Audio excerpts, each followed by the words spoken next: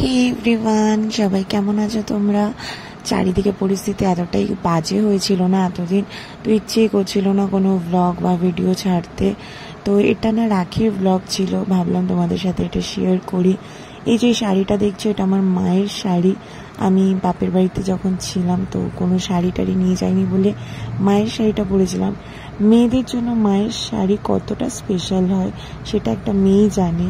আর তার উপরে যদি মা যদি কাছে না থাকে, তারপরে তার মায়ের প্রত্যেকটা জিনিসই কতটা স্পেশাল হয়। তো আমি একটু সেজে গুজে রেডিও হয়েছিলাম। আজকে আমি শুধু আমার দাদাকে না, আমার দাদার একটা বন্ধু থাকবে রাজীব দা, আমি ওকেও রাখি পরাবো। আর আমি এবছর একা না, আমার বৌদি আর ওই রাজীবদার বউ সেও রাখি পরাবে আমার দাদাকে, আর বৌদি পরাবে রাজীব দাকে। তো এখানে রাখি পরাচ্ছি, আর ডুডু ঘুম থেকে উঠে সবাইকে হাঁ করে দেখছিল। রাখিটা পরাচ্ছিলাম ঠিকই, কিন্তু মনটা সত্যিই ভালো ছিল না গো। চারিদিকে এত কিছু হচ্ছে, শুধুমাত্র এই একটা হসপিটালের ব্যাপার না, মেয়েরা কোথাও সুরক্ষিত নেই আর কোনোভাবেই নেই। এটা হয়তো সবাই আন্দোলনে একভাবে উতরেছি, কিন্তু এরকম প্রত্যেক দিন কিছু না কিছু কোথাও না কোথাও হয়েই যাচ্ছে। জানি না কবে এগুলো সব ঠিক হবে। তো যাই হোক, আমি রাখি টাখি পরিয়েছি। তারপরে ডোডোকে রাখি পরানো নিয়ে অনেক কসরত করতে হয়েছে। ডোডো আবার বলছে ছোট্ট বেবি রাখি পরে নাকি, তো বাবার কাছে ও রাখি পরছিল না। আর আমি রাখি টাখি পরিয়ে সবাইকে যখন নমস্কার করতে গেছি, আমি যেহেতু ছোট তাই কেউ আমার নমস্কার নেয়নি।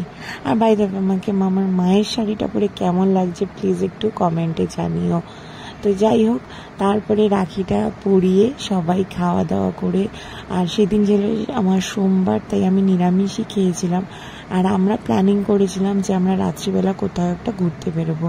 এই যে আমার বৌদি রাজীবদাকে রাখি পরাচ্ছে, আর আমার রাজীবদার বউ আমার দাদাকে রাখি পরিয়েছে, কারণ ওরা বোনটাকে বলছে।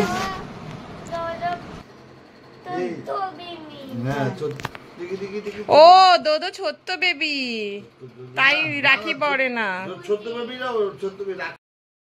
তারপরে আমি আমার দাদার দেওয়া এই গিফটটা খুলছিলাম। রাজীব দা আমাকে অনেক চকলেট আইসক্রিম দিয়েছে, আর দাদা চকলেট দিয়েছিল আর এই গিফটটা দিয়েছিল। গিফটটা এত সুন্দর হয়েছে না, জাস্ট মানে আমার সব থেকে কাছের একটা জিনিস আমাকে গিফট দিয়েছে। তো এটা তোমরাও দেখো আর বলো যে কেমন হয়েছে গিফটটা। আমি গিফটটা পেয়ে ভীষণ খুশি হয়েছি। আমিও দাদাকে গিফট করেছিলাম, কিন্তু পরে সেটা আর ভিডিও করা হয়নি।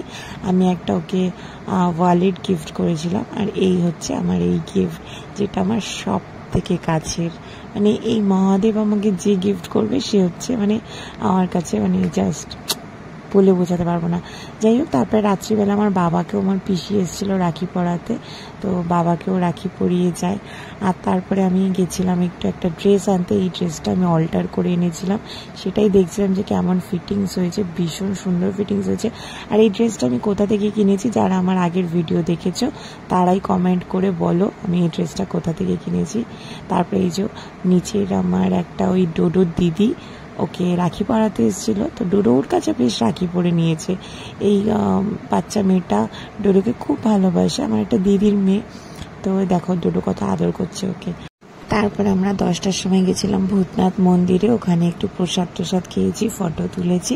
তারপরে বাগবাজার ঘাটে বসে রাত 12টার সময় বাড়ি ফিরলাম। ভিডিওটা ভালো লাগলে প্লিজ একটু সাবস্ক্রাইব করুন।